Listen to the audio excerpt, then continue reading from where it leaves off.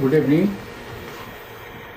Srimati K. Leela Lakshma Reddy, President, Council for Green Revolution, C.R. Deliberately, Chairman, Grace, Sri M.C. Matai, Environmentalist, Agassiz Award, Awardee, and Advocate Supreme Court of India, Professor K. Purushottam Reddy, environmentalist and author of the book, Distinguished Guests, ladies and gentlemen.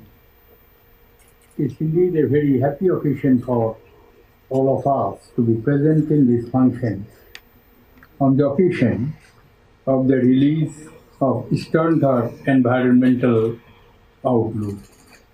I'm sure it will prove to be a significant contribution to our understanding of the Eastern Ghats. At the outset, I would like to congratulate the authors of this publication, Dr. N. Sai Bhaskar Reddy, Dr.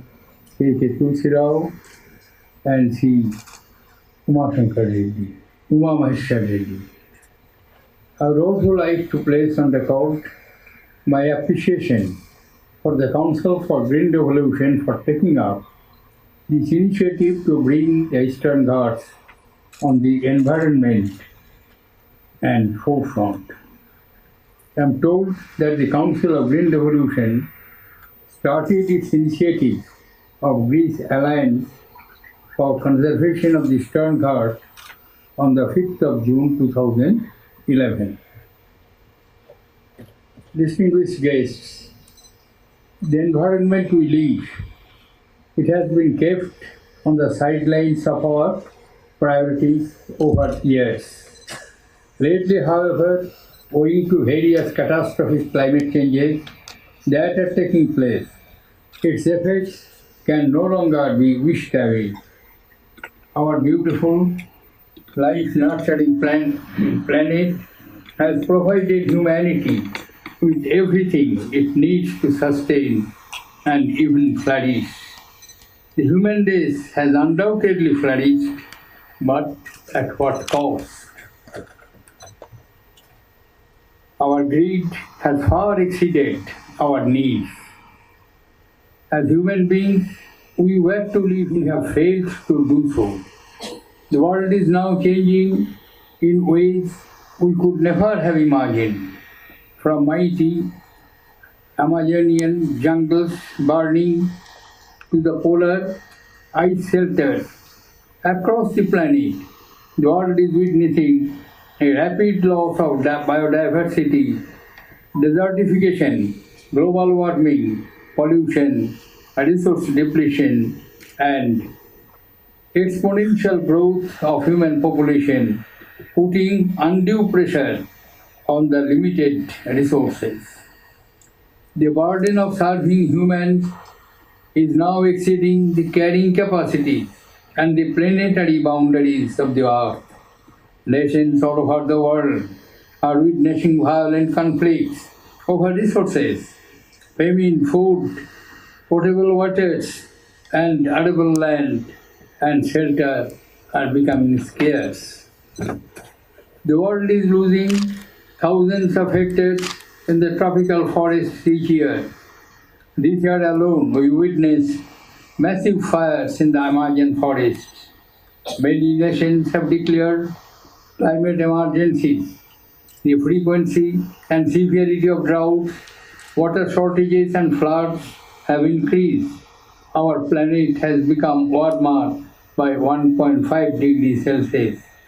The water in our rivers, lakes, and even the underground has been polluted, and our oceans have become the dumping ground for plastics and non-biodegradable materials.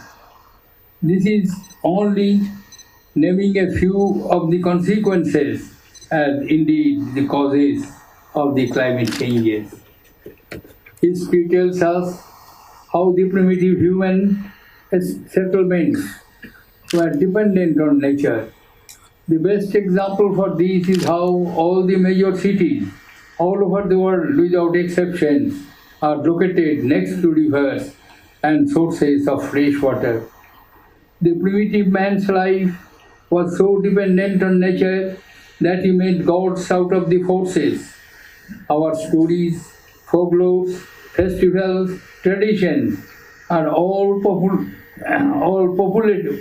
populated by the flora, fauna, and the elements of nature.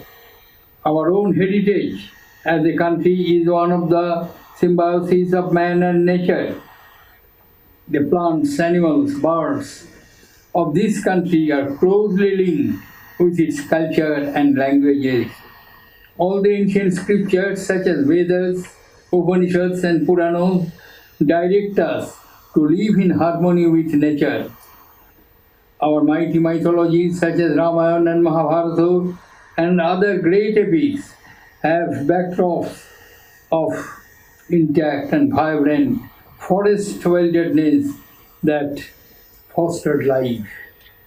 Our forefathers regarded the earth as most revered mother.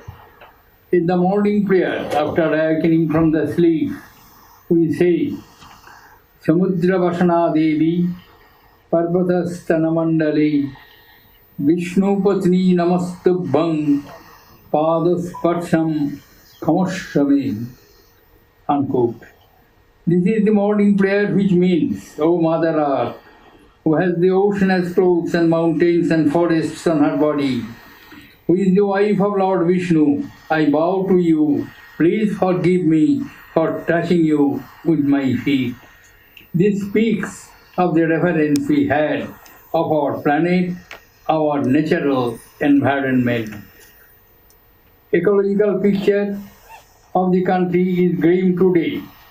Most of the vibrant Indian landmass has already lost its biodiversity to unsustainable low levels. I am afraid that if we continue this way, a significant number of flora and fauna, including the medicinal plants, will be lost to us forever. Distinguished guests, ladies and gentlemen, Eastern Ghats, the ancient mountain range of our country, is an example and a classic representative of the vulnerable ecosystems in India.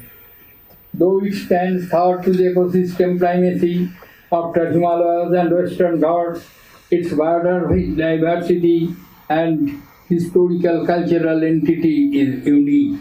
It is one of the most important ecological regions in the country. This region was an intact wilderness with its forests, grasslands, streams, and a wide variety of flora and fauna only a few decades back. Now the human intrusion is so heavy with destructive activities like logging, mining, building or dams, roads and encroaching settlements that the region faces an unprecedented existential crisis. A large number of these activities are unauthorized and have rendered these one serene, lush green hills into nearly barren landscape.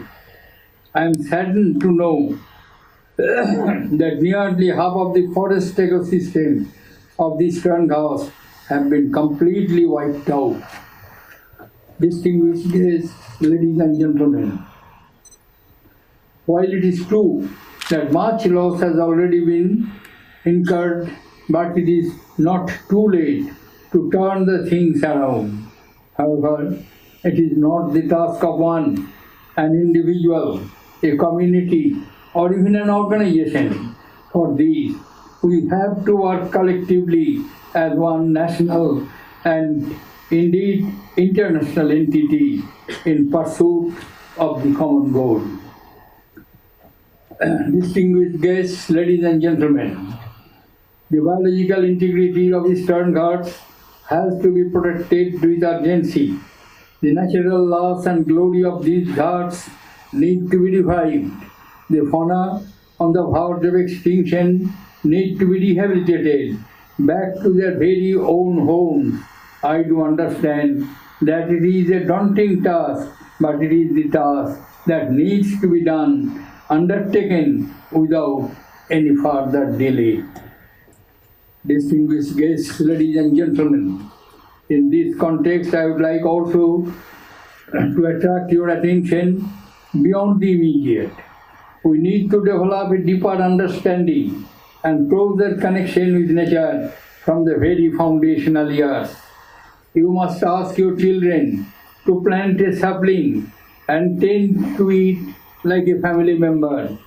You will see that your child will not only be conscious towards nature, but would further take initiatives to protect it.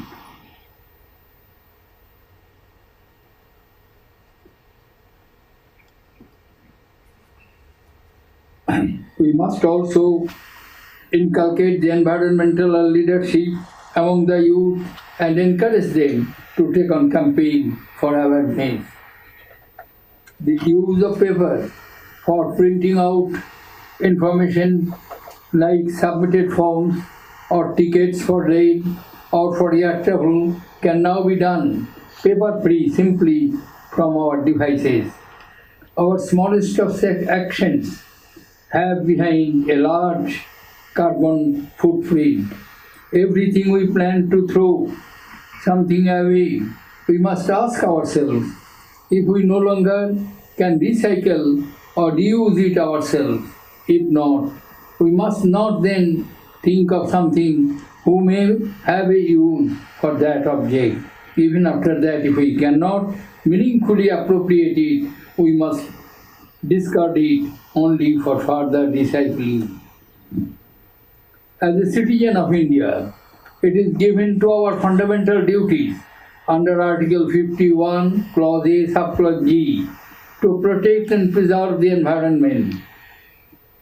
It says, I quote, "It shall be the duty natural environment, including forests, lakes, rivers, and wildlife, and to have compassion for living creatures." True national spirit is incomplete without compassion and responsibility towards nature and its ecosystem. On the other hand, it is equally imperative for the state to make climate change and protection of the environment central to the policies. Article 48, Clause A of the Constitution says, I quote, "The state shall endeavour to protect and improve the environment and to safeguard the forests and wildlife of the country." Unquote. I stress upon the sustainable development narrative for our country as a considered opinion. Measures such as massive awareness, holistic perspective, environment positive policies, empathetic and effective institutions, and the proactive involvement of the local communities have to be adopted. I wish the cause of our ailing environment become a prime and sustained national agenda. The publication of this serves as a key instrument for creating ecological stewardship in the country and inspires a wide range of stakeholders for the conservation of Eastern Ghats. I wish this book and other efforts like these catalyze political will and community mobilization to ensure a healthy and sustainable future of the region. I also hope that the indigenous people have a key role in decision-making process for the future of the region, as is their right.